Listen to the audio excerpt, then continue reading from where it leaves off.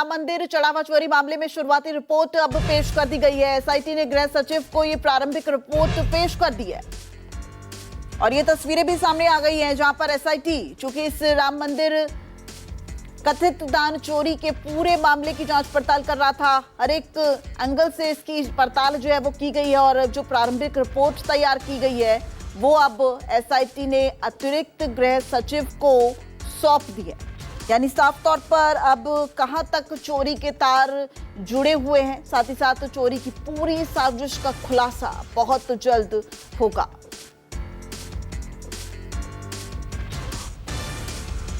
तो राम मंदिर चढ़ावा चोरी मामले में एसआईटी ने राम मंदिर तीर्थ ट्रस्ट से भी पूछताछ की और लगातार अब जांच के बाद अब शुरुआती रिपोर्ट अतिरिक्त गृह सचिव को सौंप दी गई। देखिए, ये शासन द्वारा नियुक्त 3 सदस्यीय एसआईटी की रिपोर्ट आज हमने अपर मुख्य सचिव गृह महोदय को सौंपी है। यह एक प्रारंभिक प्रतिवेदन है और उसके क्रम में आज अपर मुख्य सचिव गृह साहब को सौंप दिया गया है। सर, कुछ खास इसमें आपको वहाँ पे लगा जो आप लोगों ने जांच करी और इसकी रिपोर्ट आपने शासन को सौंपी? देखिए, ये गोपनीय जांच है तो इसके लिए मतलब हम इस समय पर कुछ भी वक्तव्य देने के लिए अधिकृत नहीं है। जो हमारी फाइंडिंग्स थी वो हमने उपलब्ध करा दी।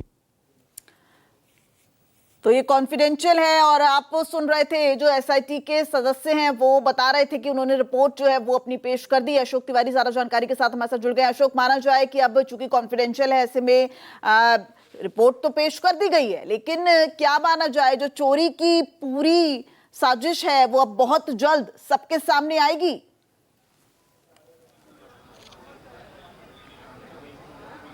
देखिए, निश्चित तौर पर जब से ये राम मंदिर में चढ़ावे की हेराफेरी का पूरा मामला सामने आया था उसके बाद से ही सरकार पर इस तरह का एक बड़ा दबाव देखा गया। जब विपक्ष ने इस मुद्दे को उठाने की कोशिश की, आपको ध्यान होगा सबसे पहले अखिलेश यादव ने बाकायदा प्रेस कॉन्फ्रेंस करके राम मंदिर में हेराफेरी के मुद्दे को बहुत प्रमुखता से उठाया था और उसके बाद तमाम सारे विपक्षी दलों ने सरकार पर इस बात का दबाव बनाया कि इस मामले में एक निष्पक्ष उच्च स्तरीय जांच होनी चाहिए और उसके बाद योगी सरकार की तरफ से 3 सदस्यीय एसआईटी का गठन इस पूरे मामले की जांच के लिए की गई थी। तकरीबन 7 दिनों के भीतर उनको अपनी प्रारंभिक रिपोर्ट सौंपनी भी थी और आज अभी थोड़ी देर पहले यूपी के अपर मुख्य सचिव गृह संजय प्रसाद को, जो लखनऊ के मंडलायुक्त थे विजय विश्वास पंत, जिनकी अगुवाई में ये एसआईटी गठित की गई थी, उन्होंने अपनी रिपोर्ट सौंप भी दी है। तो इस बात की प्रबल संभावना है कि जैसे एसआईटी के गठन को लेकर के तमाम सारे नामों को लेकर के सरकार की तरफ से चीजें सार्वजनिक की गई थी, ठीक उसी तरह जो इनकी जो फाइंडिंग्स है 7 दिनों की, जो आज रिपोर्ट सौंपी गई है एसआईटी की टीम की तरफ से, उसके भी कुछ बिंदु सरकार की तरफ से साझा किए जाएंगे। आपको ध्यान होगा कि जब योगी आदित्यनाथ जनपद अयोध्या के दौरे पर गए थे एसआईटी के गठन के बाद, उन्होंने ये कहा था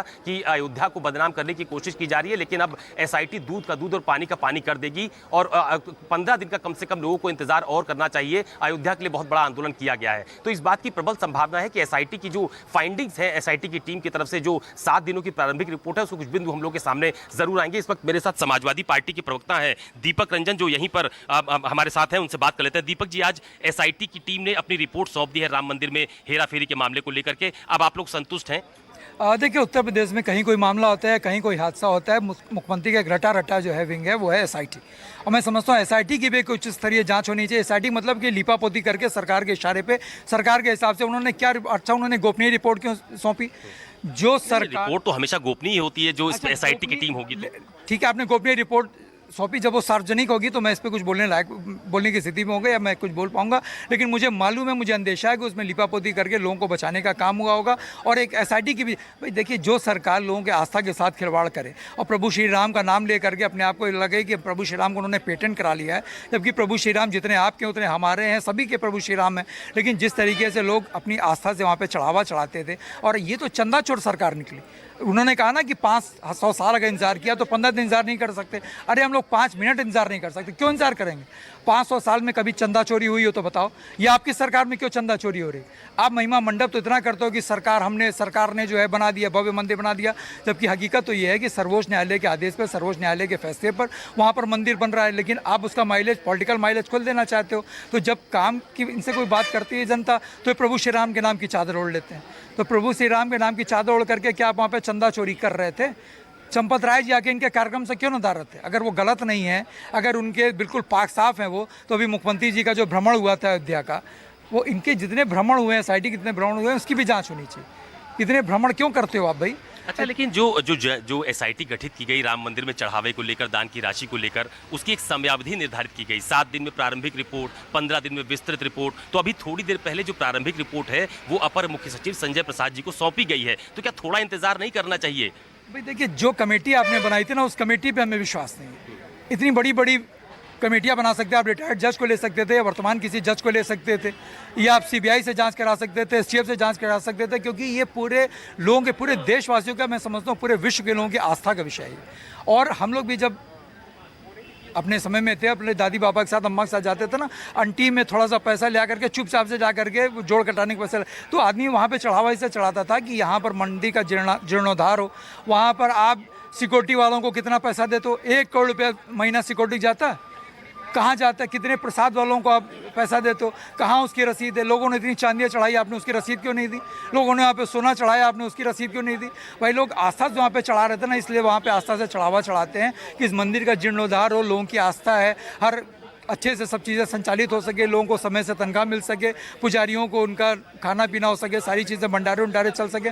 आदमी इसीलिए तो वहाँ पर जो है चढ़ावा चढ़ाता था। लेकिन आप उस चढ़ावे में भी आप चोरी कर रहे हो। चोरी का डकैती की है इन लोगों ने, चोरी नहीं की, लोगों ने डकैती की है। बिल्कुल, ये समाजवादी पार्टी के प्रवक्ता है। हालांकि समाजवादी पार्टी का शुरुआती दौर से ये स्टैंड रहा है कि इस पूरे मामले में किसी सिटिंग जज की अध्यक्षता में जांच होनी चाहिए, लेकिन ये पार्टी की तरफ से मांग की गई थी। लेकिन योगी आदित्यनाथ की तरफ से, जो उत्तर प्रदेश के मुख्यमंत्री हैं, उनकी तरफ से जो एसआईटी गठित की गई थी 3 सदस्यीय, उसने अपनी प्रारंभिक रिपोर्ट फिलहाल सरकार को सौंप दी गई है। और ये उम्मीद जताई जा रही है कि इसके कुछ बिंदु सरकार की तरफ से सार्वजनिक भी किए जाएंगे कि प्रारंभिक रिपोर्ट में क्या कुछ आता है। हालांकि आपको ध्यान होगा कि जब अयोध्या के दौरे पर योगी आदित्यनाथ थे, जो बात मैंने अभी थोड़ी देर पहले आपको बताई कि 15 दिन का और इंतजार कर लीजिए, दूध का दूध और पानी का पानी हो जाएगा।